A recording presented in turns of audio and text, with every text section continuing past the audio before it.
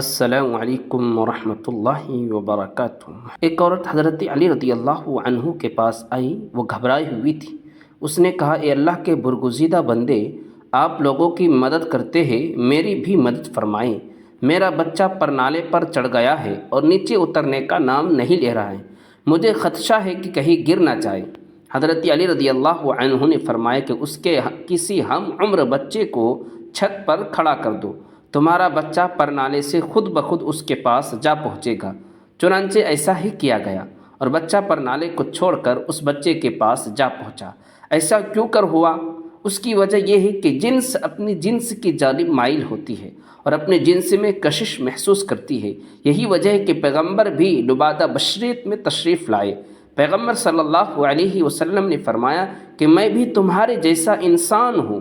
اسلامی لشکر کے ایک سپاہی ہیشم سے روایت ہے کہ جب وہ سفر سے واپس آیا تو اس کی بیوی کے یہاں 6 ماہ کی مدت میں بچے کی پیدائش ہو گئی تھی۔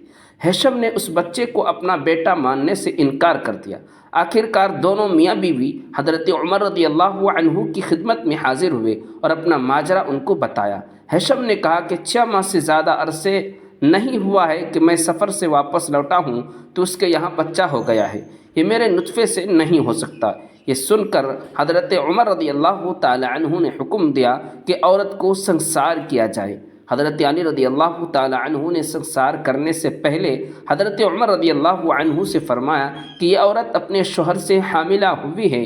اس کی دلیل یہ ہے کہ اللہ تعالیٰ نے قرآن مجید میں فرمایا ہے کہ اس کی مدت حمل اور مدت رضاعت 30 ماہ ہے، اور پھر فرمایا کہ مائیں اپنے بچوں کو 2 سال تک دودھ پلائے۔ لہٰذا اگر 30 سے 20 کو نفی کر دیا جائے تو مدت حمل 6 ماہ بنتی ہے اور 6 ماہ بچہ پیدا ہو کر زندہ رہ سکتا ہے، لہٰذا یہ لڑکا اسے شوہر کا ہے۔ چنانچہ حضرت عمر رضی اللہ عنہ نے عورت کو رہا کر دیا اور بچے کو باپ کے ساتھ ملا دیا اور اس فیصلے کی بھرپور تحسین فرمائی۔ ایک روز حضرت علی رضی اللہ تعالی عنہ مدینے کی گلیوں میں چلے جا رہے تھے کہ آپ رضی اللہ عنہ نے دیکھا کہ کچھ لوگ غیظ و غضب کے عالم میں ایک عورت کو گھسیٹتے ہوئے لے کر جا رہے ہیں۔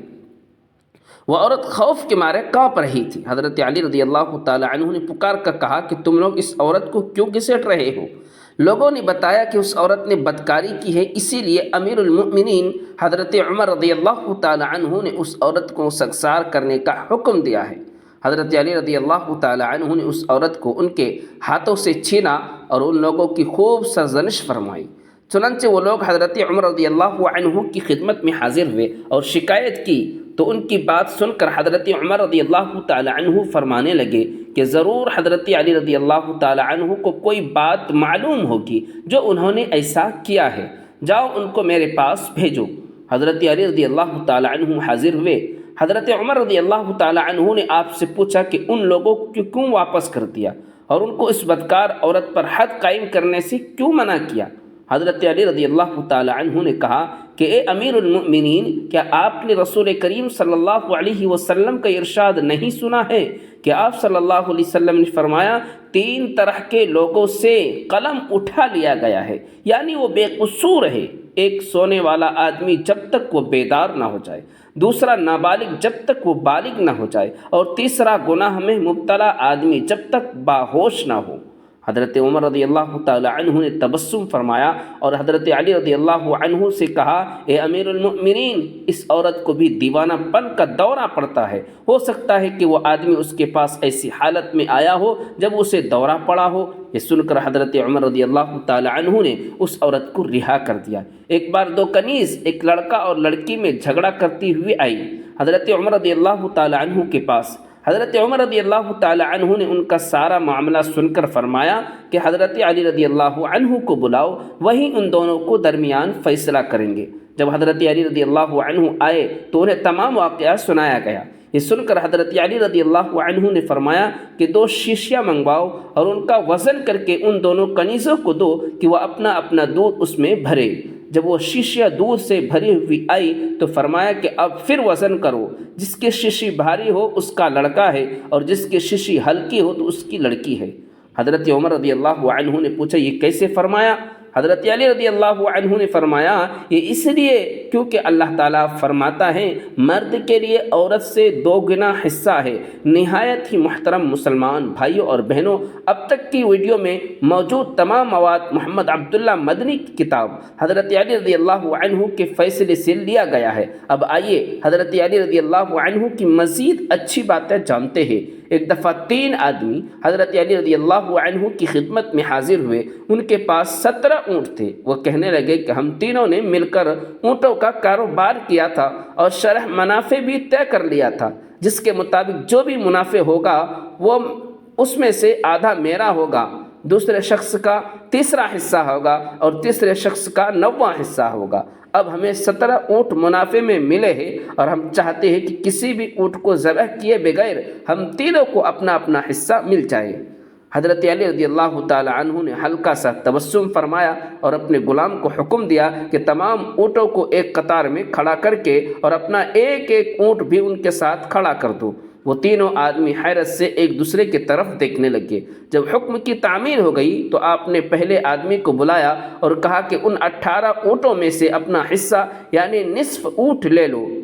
آدمی نے خوشی خوشی 9 اونٹ لے کر الگ ہو گئے، باقی 9 اونٹ رہ گئے۔ آپ رضی اللہ عنہ نے دوسرے آدمی کو بلایا اور کہا کہ اب تم ان 9 اونٹوں میں سے کل اونٹوں یعنی 18واں اونٹوں کا اپنا تیسرا حصہ لے لو۔ آدمی نے بخوشی 6 اونٹ لے کر الگ ہو گئے، باقی 3 اونٹ رہ گئے۔ آپ رضی اللہ تعالی عنہ نے تیسرے آدمی سے فرمایا کہ تم کل 18 اونٹوں میں سے اپنا 9واں حصہ نکال لو۔ تو اس نے خوشی خوشی 3 اونٹوں میں سے 2 اونٹ نکال لیے، باقی رہ گیا 1 اونٹ، جس کے متعلق حضرت علی رضی اللہ تعالی عنہ نے اپنے غلام کو حکم دی کہ اسے واپس لے جاؤ۔ 3 سائل خوشی خوشی اپنا حصہ لے کر روانہ ہو گئے، جبکہ اپنا اونٹ بھی اپنے پاس رہا اور سب کو ان کا حصہ بھی بغیر اونٹ ذبح کیے مل گیا۔ حضرت علی رضی اللہ تعالی عنہ تمام مسلمانوں کی دلوں میں بستے ہیں اور فرقہ وارادیت کی تمام تر بحث کے باوجود ہر مسلمان ان سے عقیدت رکھتا ہے اور یہ مانتا ہے کہ وہ شیر خدا ہے اور باب العلم ہے۔ ان کے یہاں لوگ ایسے ایسے مسائل لے کر آتے تھے کہ عام آدمی کی عقل چکرا جاتی تھی، لیکن شیر خدا ہر مسئلے کا ایسا باکمال حل نکالتے تھے کہ دیکھنے والے کی عقل تنگ رہ جاتی تھی۔ ایک مرتبہ 2 آدمی سفر پر جا رہے تھے، ایک کے پاس 3 روٹیاں تھیں جبکہ دوسرے کے پاس 5۔ دونوں مل کر کھانے کے لیے بیٹھے ہی تھے کہ اسی اثنا میں ایک تیسرا مسافر بھی آ گیا اور کھانے میں شریک ہو گیا۔ کھانا ختم ہوا تو تیسرے مسافر نے 8 درہم ان کے حوالے کیے اور چلا گیا۔ اس کے جاتے ہی دونوں میں رقم پر بحث شروع ہو گئی۔ جس کے 5 روٹیاں تھیں اس کا کہنا تھا کہ 5 درہم اسے اور 3 درہم 3 روٹی والے کو ملنا چاہیے، لیکن 3 روٹی والا اس پر راضی نہ ہوا۔